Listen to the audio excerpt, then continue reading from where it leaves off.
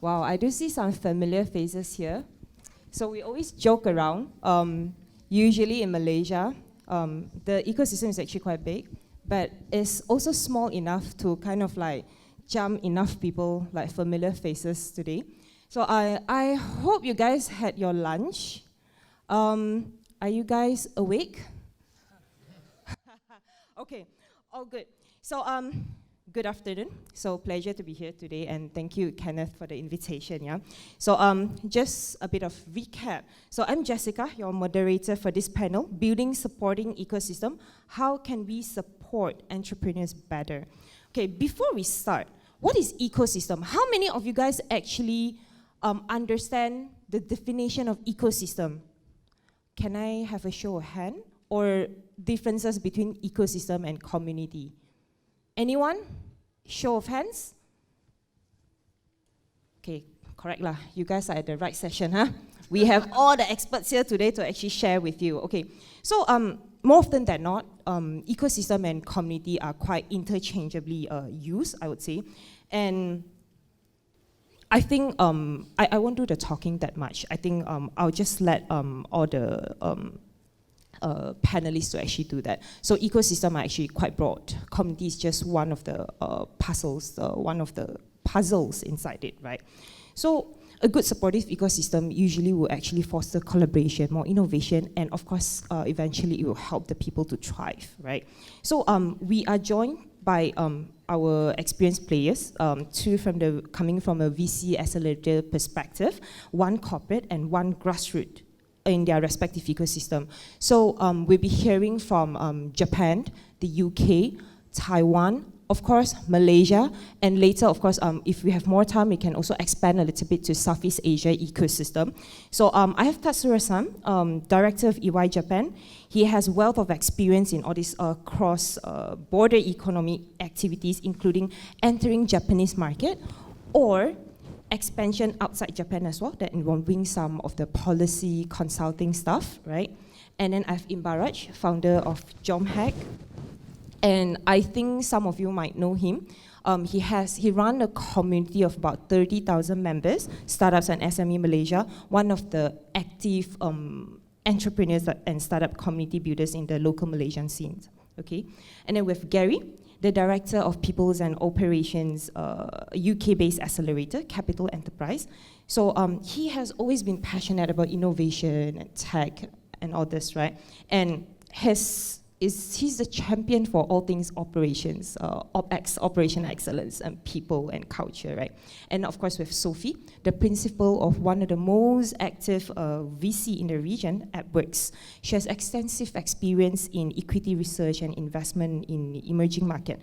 So just a recap, so today we're going to look from a very international perspective. We're looking from UK, Taiwan, Japan, and then probably we zoom in a little bit on Malaysia. And then it's going to be quite a chill, raw kind of conversation. I don't think we will do the PR-ish thing. All of them, they are, quite open to it. So let's dive real in, okay? In one sentence, in your ideal world, what is a supportive ecosystem means to you, and how would you define it? Okay, maybe we can start with Tatsuro-san.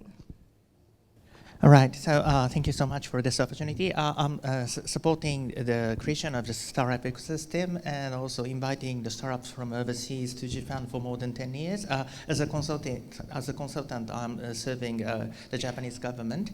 And so to answer the question, the characteristics of the Japanese startup ecosystem and what is important for the success is that we are backed by the many large enterprises or the economic size of there, and many supporters, including the funding and the specialist support and the government support is existing in Japan. So that is some allure of the Japanese startup ecosystem, and once that our ecosystem is now evaluated as one of the world's good ecosystem. So I would like to elaborate more thing in a due course of today's session. Okay. Sure, but in one sentence, what is a supportive ecosystem means to you?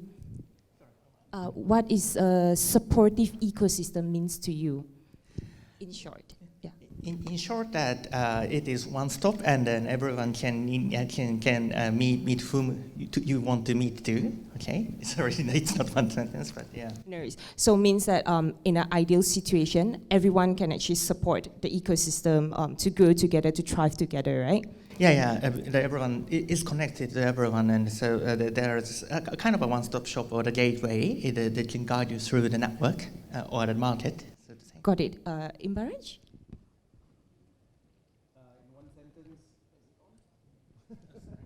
Oops, I think you pressed the button. Yeah. I would say an ecosystem where everybody wants to work together, not be forced to work together. I think that'll be a very good ecosystem, right? Whether government, corporate, startups, individuals. If it's an ecosystem where people are forced to work together, it's not going to work, right? Yeah. Hello, everyone. It's an interesting question, and I think for me it's about three things. It's about sustainability. It needs to be sustainable. It needs to be self-sustaining. It cannot just be government money being fed into it to sustain it. It needs to be keep going in length of time, and it needs to offer targeted support to the right businesses and startups within it. It can't be generic. So if it's sustainable and it's targeted, that's what a good, solid ecosystem looks like in wherever, whether in Malaysia or the UK or America or Germany. Same traits. Got it. Sophie? To me, I feel a good ecosystem eventually should be like a tropical rainforest, where you will have very fertile, different soil and water, oxygen, and all these things to support all type of animal to live. So it means that, of course, unicorn is one type, but we should also be able to have all type of different animal, different business. Small business can survive, can thrive, but also the startup, and then maybe they grow to become a certain scale, even unicorn, but everyone should be able to benefit from such a very supportive rainforest. And we, as VC, of course, part of the player, but we are just one of it. We need a lot of support. In Taiwan, I mean, we do have an article, to be honest. If you read Mandarin, I mean, there's an article about how Taiwan startup ecosystem has become like a rainforest with all parties to support, including government, corporate, and for example, like accounting firm, consultancy, and of course VC investors. So it requires all parties to put in the work and to nurture it to allow all animal to live. Since you already talking about the entrepreneur thing, right? Maybe you can also continue to introduce us the entrepreneurial ecosystem in Taiwan, you know, building on top of what you have been sharing just now. Yeah, so that's definitely the journey we've come from. So AppWorks, we are a VC based in Taiwan. We started in 2009, and that was a year where the startup investment was a trough, like lowest level after like dot-com bubble. All the VC closed shops, and the early stage investment is only less than 10% of all the investment.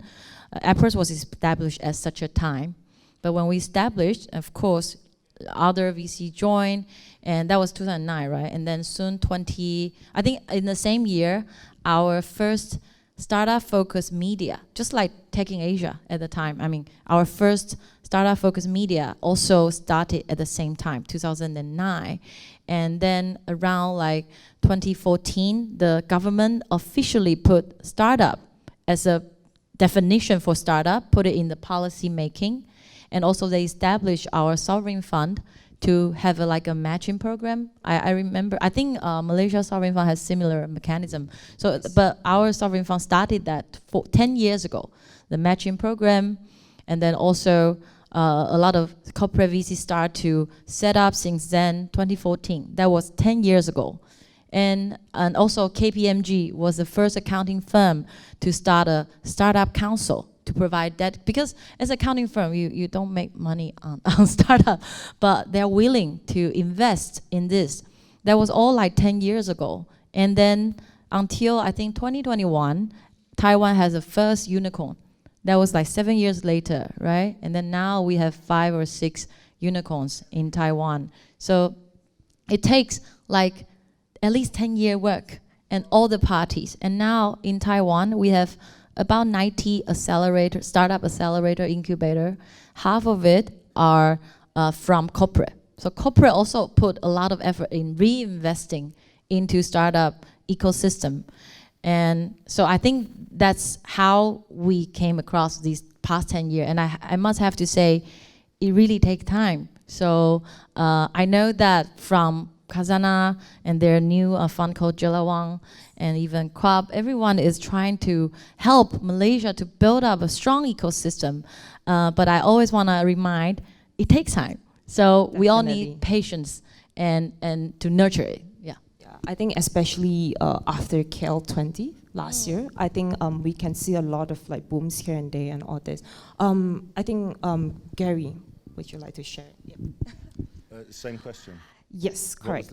Briefly introduce UK entrepreneurial ecosystem, what's happening. Yeah, so in the UK, it's interesting because it's an older ecosystem. It's been around, it's quite mature, it's been there for a long time. I mean, you could say it started in the Industrial Revolution and it's kind of gone from then. I think one of the big problems we have in the UK is kind of overinvestment to a certain extent. And I know that sounds crazy, I know it does. But I think we have a lot of startups in the UK, thousands and thousands and thousands. And for VCs within the UK, trying to find the ones that are going to go. They're going to go to whether it be unicorn, thoroughbred, or they're going to be turning over 100 million AIR every year is really difficult. And so I think we're at a point within the UK now where we're looking at breaking the startup ecosystem up into different elements so we can target the support to the right startups at the right time, because I think that there's kind of I guess a movement within the startup community in the UK where everyone is going for VC money. Everyone wants part of your pot. And the fact is that might not be right for all startups. If you're going to be running, I don't know, $5 million AR company, that's great, right? That's an amazing thing to do, but it might not be that the VCs will be interested in that. So it's kind of giving the advice to try and get them the right investment at the right time. And I'm a big fan of angel investment, and I think that angel investment in the UK now is starting to gather pace. There's a lot more people interested within kind of angel investment, and I think the more we can do to enfranchise and de-risk angel investment, the better, because ultimately there will be some of those companies where angels invest that become big and become great, but we shouldn't be pushing startups down just to going for VC investment. It's, as you said, it's a path, it's a process, it takes time, and we need to be making sure that we support the startups and we give them the right support at the right time. And to do that is difficult because you need to do an assessment of the whole ecosystem, and that really does take time. But other than that, the UK it's good. We're very IP rich, and one of the things that I would say about the Malaysian ecosystem is they're not as IP rich, and in my opinion, you should be moving more towards ownership of IP, and specifically from the universities and everything else. And I think that's something that Malaysia specifically needs to work on if you're going to be the next Silicon Valley of the East. Yeah, this is very, very interesting actually when you spoke about this. I think we can talk more about it later together. I'm sure Inbaraj has a lot to actually share. So, okay, Inbaraj, can you introduce the Malaysian ecosystem to our friends here? Malaysian ecosystem, they all should know about it, right? Most of them are Malaysians. I think we have a vibrant ecosystem. I think that's definitely given, right? Coming from community builders' perspective. Yes, a vibrant startup ecosystem, just that our branding may not be as strong. So for people outside of Malaysia, they don't recognize what we have here. Obviously, everybody talks about Singapore, Indonesia, Vietnam, more matured ecosystems, but we are probably more vibrant, right? In terms of talent, in terms of ideas, in terms of the kind of businesses. But I look at it as bigger than just the startup ecosystem, because like my community is startups and SMEs. I believe startups cannot just work in silo. They cannot just survive on their own. They need to be part of a larger ecosystem. So we have a lot of SMEs here in Malaysia who are also doing a lot of great innovation. So they might not be the typical tech startups, right, who are going with the VC route and all that, but They have amazing innovation. They hire a lot of tech people. They create job opportunities, and they contribute a lot to the economy. So the ecosystem, bigger ecosystem, right? Startups and SMEs. I think we have a very vibrant one, and also I think we have a very supportive ecosystem as well. I think we are probably one of the countries where the government really does a lot of initiatives in the space. So government, corporates, community initiatives at all levels, right? There are a lot of support. So entrepreneurs in Malaysia, if they say they are not getting some kind of support, it's probably because they didn't look for it, right? Because sometimes it's as easy as just searching on Facebook, searching on Google, one keyword, and you'll have 10 options you can go and talk to, right? So we do have a very supportive ecosystem, but maybe a challenge will be it's a bit fragmented. So maybe people don't work together as much as they should. I think earlier that's what I said, right? I want an ecosystem where everybody wants to work together. So at the government level, of course, you have ministries fighting with each other, wanting to be, the champion of the startup ecosystem. And then also at the corporate level, which is fine. Corporates always want to compete. Yes, it's business, right? At the community level also, you'll be surprised. There's also a lot of competition. Everybody wants to be the only champion who's leading communities instead of trying to work together with everyone for the benefit of the ecosystem. So maybe that's something that we should look into, like go towards building the ecosystem together. But I think what we have built over the last maybe the decade, it's amazing, right? Maybe 20 years ago, not enough support. Nobody really talks about startups. When we started our networking events and all, like 12 years ago, there were no government agencies supporting startups. So we just met at a coffee shop and started talking about startups. But now we have like over 60 agencies in Malaysia itself, right? 60 government agencies just looking into startups, right? That's 60 officers, 60 teams, all on payroll, 60 different budgets, but different agendas and KPIs, right? So there's a lot of overlap, and that's what I said, a lot of fragmentation as well. But imagine if they all put their heads together and work towards a common goal, right? Obviously we'll have, way bigger success. Yeah, that's Tatsuro-san. What about Japan? Can you briefly introduce us? Yeah, the ecosystem in Japan. Yeah, sure. So for the Japanese startup ecosystem, actually it is a bit bottom-up, so to say, that not like top-down led by the government, but rather it emerged from the many like enterprises or financial institutions or their effort. Of course, after seeing some success in the private sector, now that the government is heavily inclined for the startups, and they're saying that they want to increase their investment 10 times higher, or make 10 times more startup in number, or 10 times more unicorn.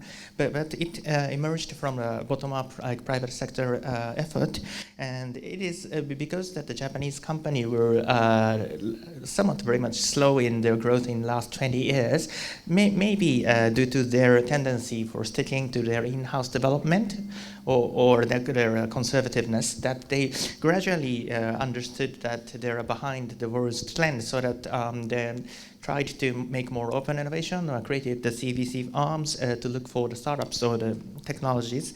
And it is good that the CVC corporate ventures are having a significant presence in Japan, that they can not only provide the investment, but also they would bring in the startups to their native business, that providing the business opportunities not in Japan but in their global network. And the Japanese companies are having heavily investing into the R&Ds and having many IPs, etc. So that if there's especially for the 2B startups with some technologies, there are massive opportunities. And also there is many good investments are coming from Japan, that actually we are having relatively, or not relatively, but a low rate of the growth recently in Japan, that people in Japan should invest into the overseas, and also there are, due to some low interest rate in Japan, that many of the VCs right now is looking for the investment to the startups in the overseas. Yeah, you did briefly mention that right now because the market is pretty developed and saturated in Japan. So right now, a lot of all these opportunities are actually coming outside, going outside Japan, right? Would you like to share a little bit, like, what are those initiatives that you have, and how is the Japan government, for example, have been helping people, the startups and entrepreneurs, and how can we actually, grasp that opportunity? Yeah. Yeah, sure. So for Japan, we are welcoming the startups or investors, VCs to come to Japan, both to invest into Japan or start a business in Japan or whatsoever.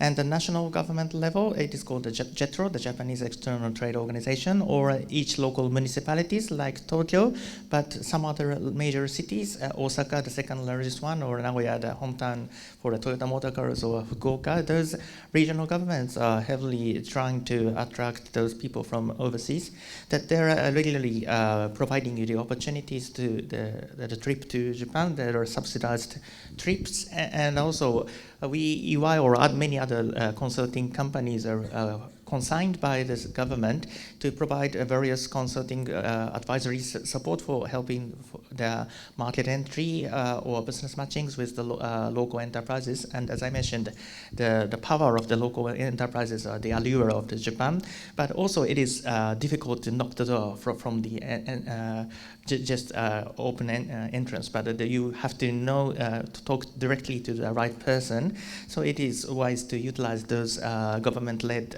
support initiatives. There are massive support provided, and also the subsidies or the tax breaks available for the companies entering to Japan as well.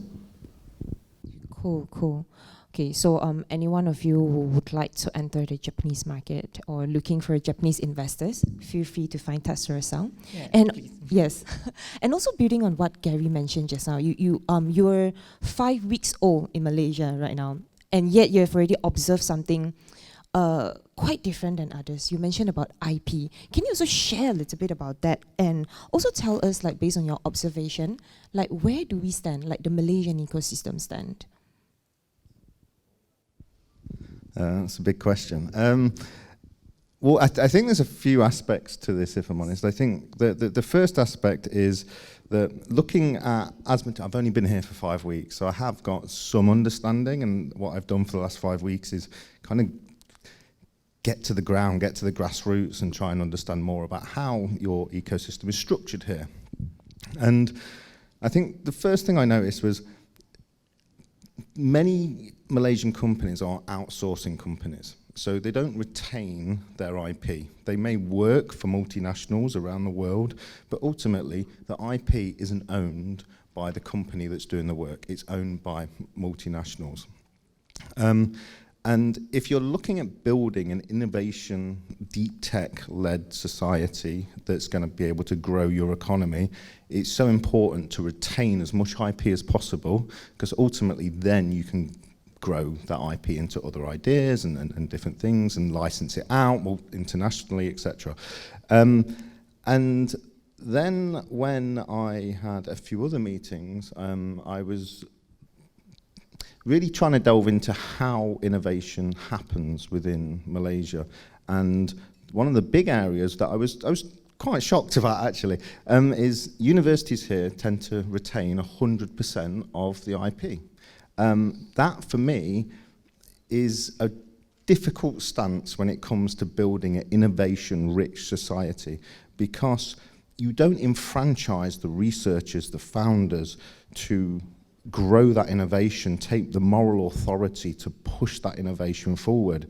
And I feel that if Malaysia is going to make the jump, the leap to that deep, rich, innovation, IP-led society, which I genuinely believe that Malaysia can, based on all of the amazing things. You've got the semicon industry in Penang, you've got Sarawak, you've got the green industry that's happening there, then you've also got in Johor data centers and all the amazing things that are happening there. If you're going to make that leap, part of that is enfranchising researchers and people who are working in deep tech to take ownership of that IP and run forward. And so it needs to be slightly more equitable, because it always needs to be equitable, and there needs to be a level of empathy for the founders, for the investors and for the research organisations to make sure that it's equitable and you can really push forward and drive at that point. I think it will help elevate the entire status from the downstream players, supply chain, moving up to the entire thing, right? Yeah, and it is. As Sophie said, it's a process. It takes time, but you put the building blocks in place, and then from those you can build an empire. Got it. What about Sophie or Inbaraj? Is there anything that you guys would like to add? Probably, Sophie, you can actually also share from a Southeast Asia perspective, like maybe not just Taiwan, like where do you see like Malaysia is, or like compared to other Southeast Asia countries? It's a big question. Yes. I feel, okay, so AppWorks, we've been building community for a long time because we're a VC, but we also run a free accelerator. And when I say free, it means we don't charge the founder any equity or any cash. So it's just free.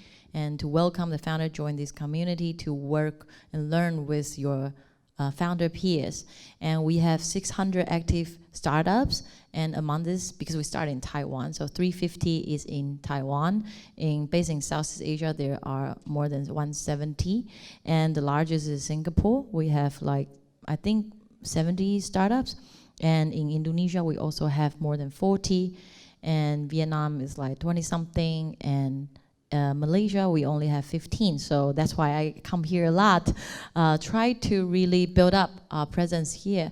And why we do this, I really want to echo this gentleman that it's very communal actually for founder, because a founder's problem when they face, it's hard to explain to others. You don't share that to your employees. You certainly don't share it to your investor. You probably also are afraid sharing it to your family. So for being a founder is very tough and even very lonely. That's the core rationale why we want to build a founder community.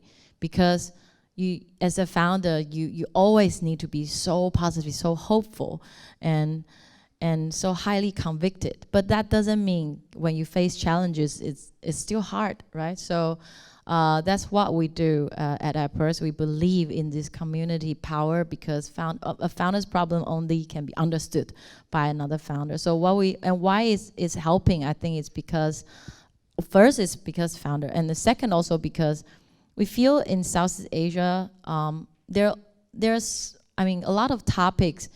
If you do want to go the VC route, it means you need to be big enough. When you need to be big enough, it means you probably need to consider more than one market. So having a community like this is great when you can directly go to, for example, if you want to come expand to Philippines, then yes, you can come to AppWorks Philippine community and you directly engage with the founder and they would tell you what is not Googleable. And that's the best to learn with a peer founder. And that's what we do, and I feel in Southeast Asia is universal that we need this community.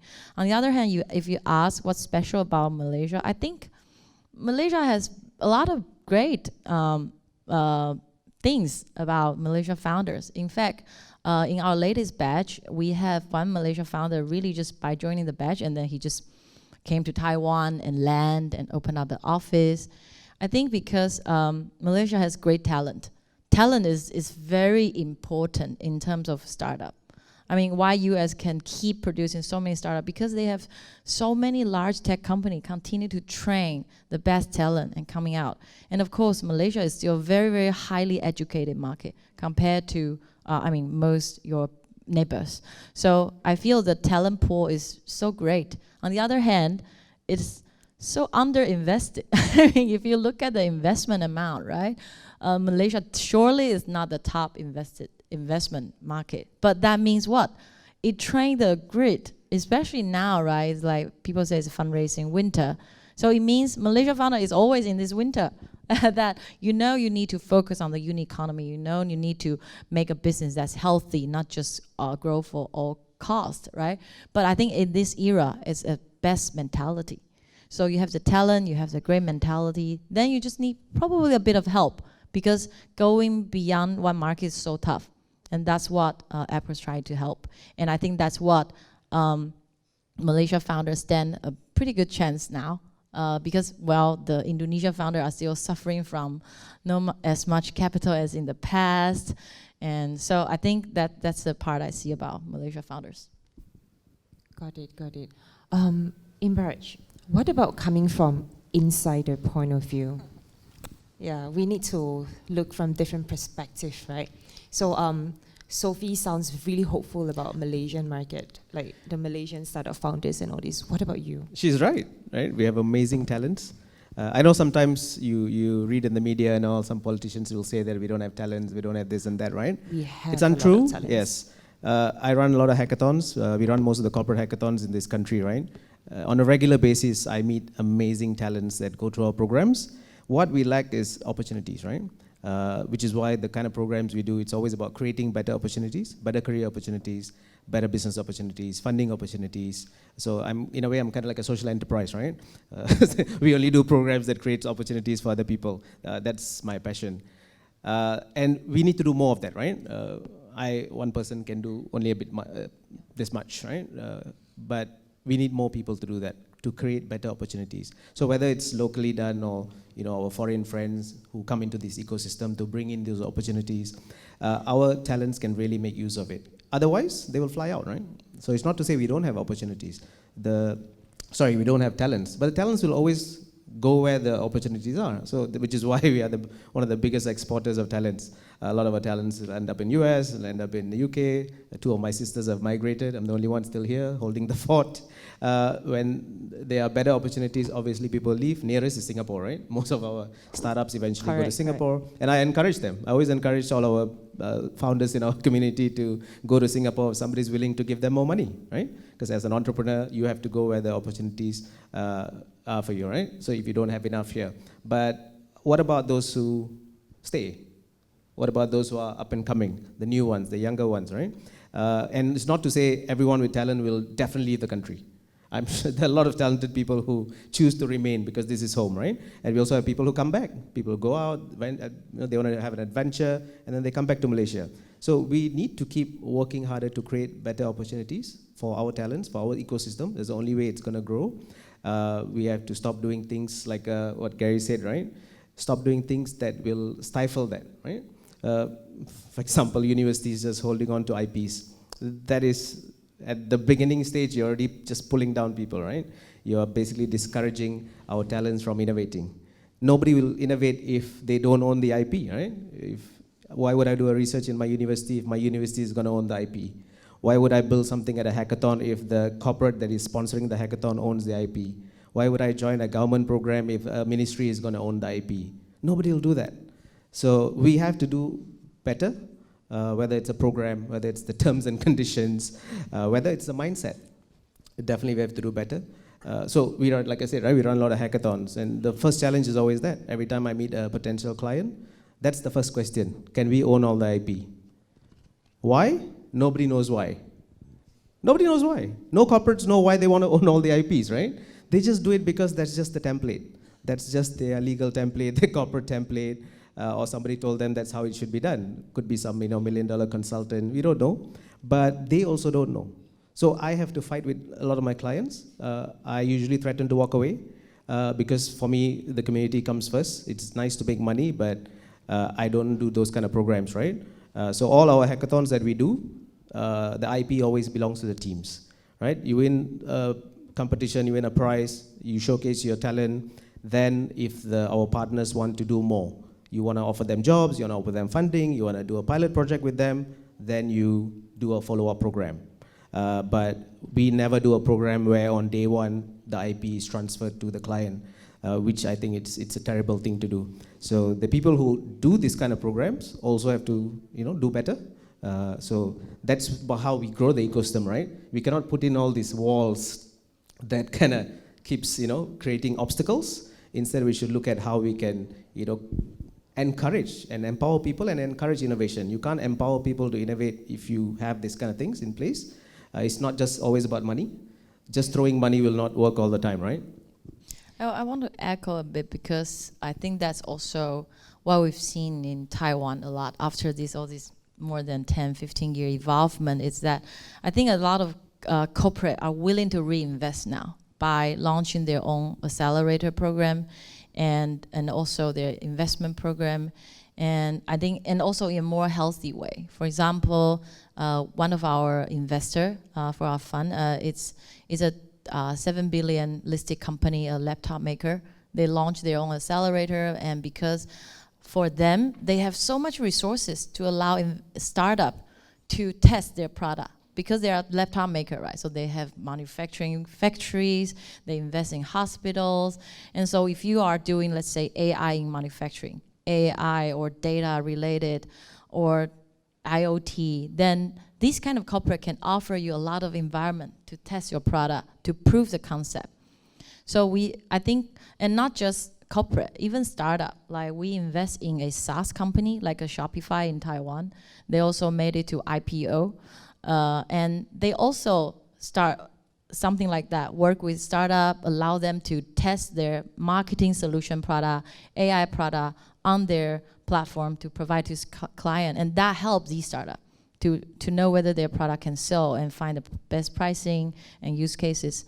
So I think for corporate to have that awareness, that try to give back to the startup. And of course, it helped them continue to be honest, it also helped them like stimulate them to always maintain that competitiveness, innovation, but also give startup a lot of opportunities. And I think that's a really important mentality, because I feel some market, I don't name it, but some market are highly dominated by very concentrated family or corporates. Then that kind of market, startup can hardly survive, because you easily your idea just got copied, or you just are small but you got acquired, and then you have no chance to grow up by your own. So I think corporate having that mentality is also important involvement. But of course, it takes time. On the other hand, it takes some large corporate entrepreneur to do that first, to be an example, and then to influence other corporate to follow. And of course, I hope to see that more in Malaysia. Definitely. And I actually want to go back a little bit on building, since this is talking about building a supportive ecosystem, right? I want to reverse engineer a bit. Like, for example, I know Japan, like the UK as well. UK has a lot of global innovations hubs, right? Like, how can we replicate, or maybe not replicate, like something that's suitable for Malaysia to actually adapt and adopt? Is there any yeah. Yeah, so, well, I think it's a balance when you're looking at building an ecosystem. It cannot be all government-led, and it cannot be all corporate, Yes. and it cannot be all local. It's kind of, I really love the analogy of the jungle, actually. I'm going to use that moving forward. And you need different part players to all come together and work. And I think one thing that the UK has worked very hard on is to bring the different government organisations, the different grassroots kind of schemes and meetups, and then also the funders. I think there's been a bit of a bellwether experience in the UK when it comes to VCs. I think VCs traditionally had quite a lot of power, and I think actually they've realised that it's much more effective to work with the research organisation, work with the startups in a much closer way, and work with other VCs to create an ecosystem that actually flourishes. And most of the UK is now pushing to deep tech, deep innovation startups, because we understand that kind of if you do want to grow, that's where you need to invest. And there's kind of a trickle-down effect within that space as well. Because I think one of the big things that we need to enfranchise is role models. When we support startups at Capital Enterprise, one of the things we always try and do is we get mentorship from people who have actually done it. It's important to try and get people who have been through the ringer, they've been through the hard, really, really hard phase of growing a business to give advice to young startups. And it's the same with investment as well, is I always argue for smart investment, smart capital. And what I mean by smart capital is it's not just money. It's money, it's strategic advice, it's access to networks, it's access to different industries. And so when you invest in a startup, it's not just there's the cash, go and do it. It's there's the cash, let me introduce you to someone. And I think that's how you build good quality startups that can grow fast. And because pace is an important metric when it comes to startups, because I'm sure there's, I don't know, maybe 1,000 Malaysian startups that are currently developing an AI solution in HR. And I'm sure there's the same in America, and there's the same in Germany. And so pace of growth and pace of kind of discovery is so important, but it needs to be controlled and it needs to be in the right way. Fail fast. I think for Japan market as well, I know it's really R&D heavy as well. Would you also share a little bit like? Yeah, definitely. So a few ideas. And firstly, as I mentioned, Japan startup ecosystem scene is reliant on the 2B or the buyers, strong buyers or the enterprises. So that we are seeing that relatively from my point of view from the external party in Southeast Asia, these regions startups are more strong on the consumer side, for example. But I understand that they can't bring in those business models to Japan by what they're doing here. So I say that understanding the market and for the Japanese startup scene is I don't say dominant, but the enterprises are strong, and also the corporate venture. Corporate venture capitals. There are the significant investors and buyers for the startup, and they are, as you said, that doing more open innovation or the R&Ds, and so it is good that they are not merely seeking for the returns, but also, or rather, their core interest is the synergy with their native business. So please have a look on the Japanese CVCs, for example, or having an investment in the overseas, and then please check the synergy with their native business. And once you've cleared those aspects, you can get more a good condition on the investments, or you may just take in count some opportunities brought by those Japanese enterprises. That's my a piece of idea or the advice, so to say. We have about 10 minutes left, but I want to pick your brain as well, because usually I love to end it with a positive note, you know.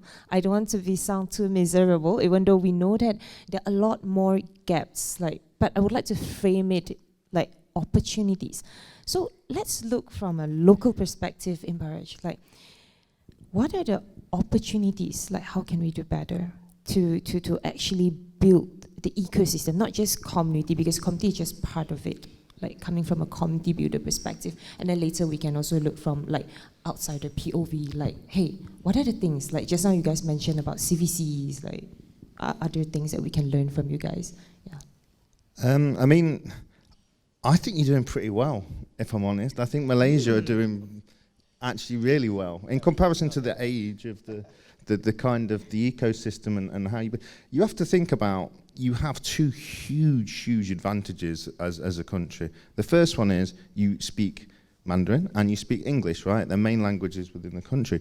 They're the two world's biggest markets, right? So you're kind of a hub within the world, and I think everyone is starting to realize this, but as Sophie said, it takes time to grow.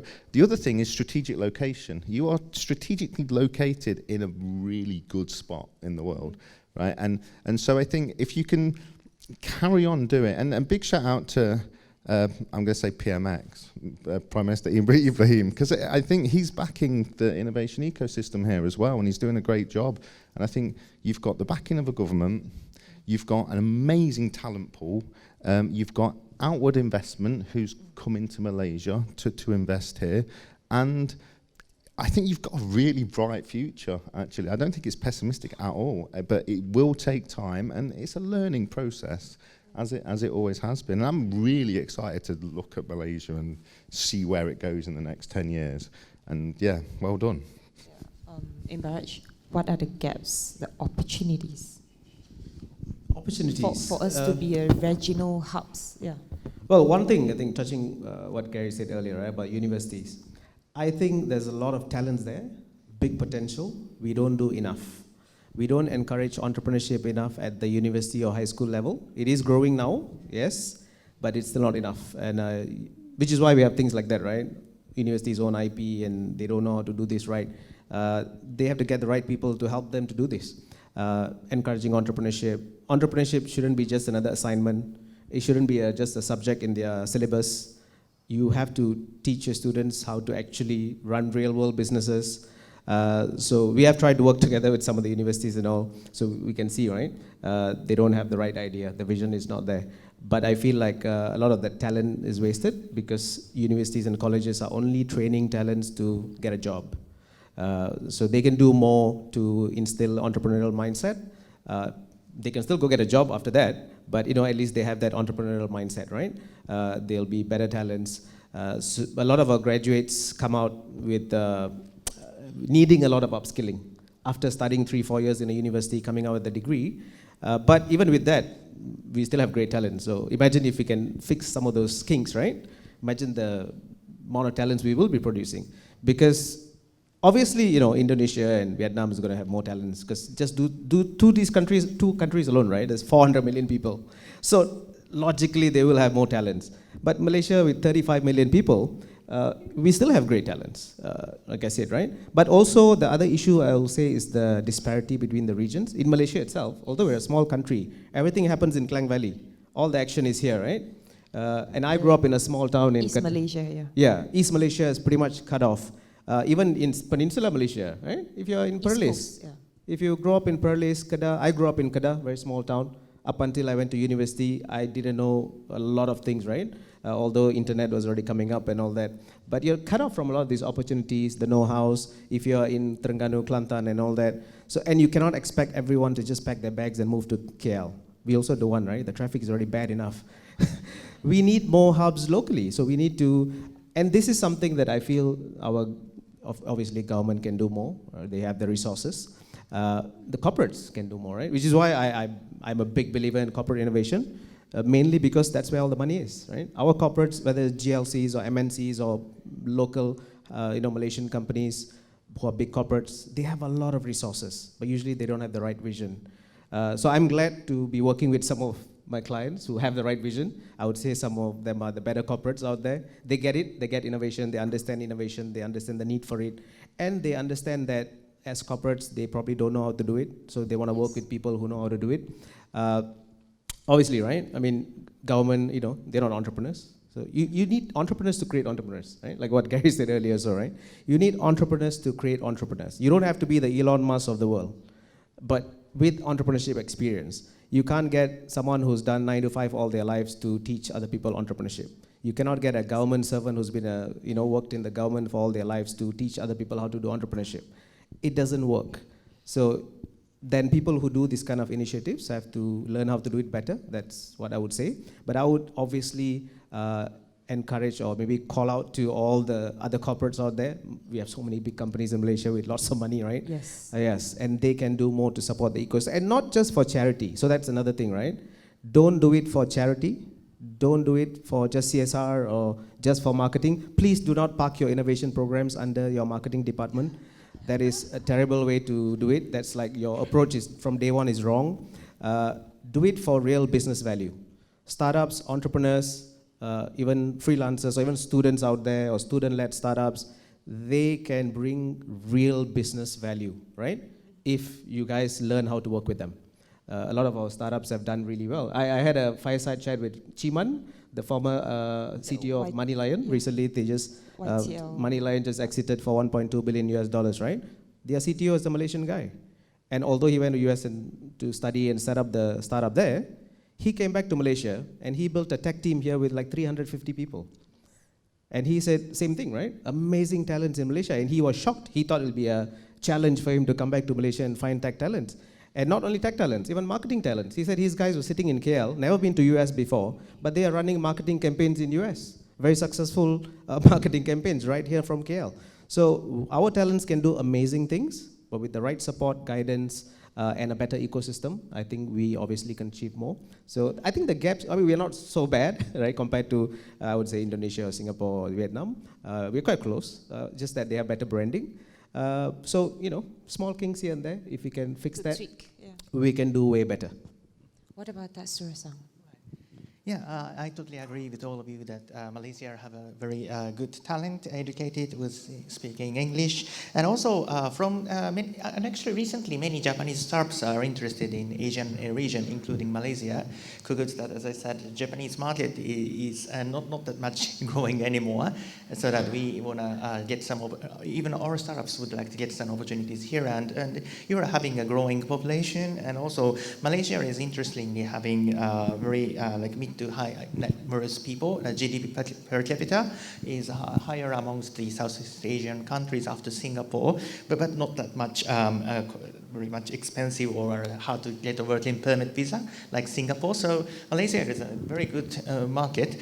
But maybe three things. One is maybe mentioned earlier, but the funding for there's a gap in the funding. So that why not more consider like bringing in the Japanese or any other VCs into the region that can stimulate the market. Recently we've seen some startups from this region trying to do IPO in Japan. Also interesting. And the second point is that just considering the entire Southeast Asian region, it is a huge in population, and as well the GDP is also almost equivalent to Japan or Germany or those size. So if Malaysia can work as a gateway to enter Southeast Asia, and you can have a connectivity or addressable market could be expanded to that scale, then would be interesting for the VCs or the startups from abroad. But last thing is that someone from Japan or someone, a stranger from overseas, may sometimes consider Southeast Asia as a single region and can't see the differences within the region. Whilst it is very diversified for those 10 countries, to be honest. So, in fact, So one thing that you have to more do some promotion or diversify yourself with other neighboring countries, and why Malaysia not out of those Southeast Asia? That is, I think, a very much important point. Thank you. Sophie? Well, due to the time, I'll be quick about this question that I'm not sure whether this is because you ask, right, what can we do better? And I'm not sure whether this is the audience I'm talking to answer this, but I'm sure there are some corporates and government guys around. No, I feel we just need more people who's been there, done there, and come back to the community. Meaning, a founder who did that, maybe a great exit, a great IPO, and then come back again. Either they do another startup with more experience, or they come back to help founders or be an angel. I think, I remember I did a stats, like among the 55 unicorns in Southeast Asia, 80% of them, the founders, are first-time founder. It's the opposite to the US. Most US founders, they are repeat founders. And I would say, why? It's just because it's early. We are early in this whole startup evolvement. And we need more people who's been there, done there, come back. In Taiwan, we have 3 major well-known angel, and they are all large corporate business owners. Come back to invest and guide the startup, and of course connect them to their corporate resources. So I think it takes time, and just need more people willing to come back. Because being a founder is so tough. If you ask a lot of founders and they've done it, they would say, okay, I'm gonna rest or retire. But it's fine. Everyone has their own choice, their life. But then I believe it's just a percentage, right? There definitely will be a percentage of people who's willing to come back to support, contribute. And I think we just need more of that. And that itself would be very inspiring to the new, younger generation of founders too. Similarly, that's what I observe as well in Malaysia. Like, I'm also a community builder, but I focus a lot more on the female founder side of things, right? I also notice a lot of them, I just want to exit, and if given a choice, I don't want to be an entrepreneur. They say it's really tiring. Like, even though people will think that, you earn so much money, no need work already anyway, just retire lah, okay? It's actually not true. So I'm sure all of you, a lot of you here actually experience that. So I think the key takeaway is quite clear. Malaysia has that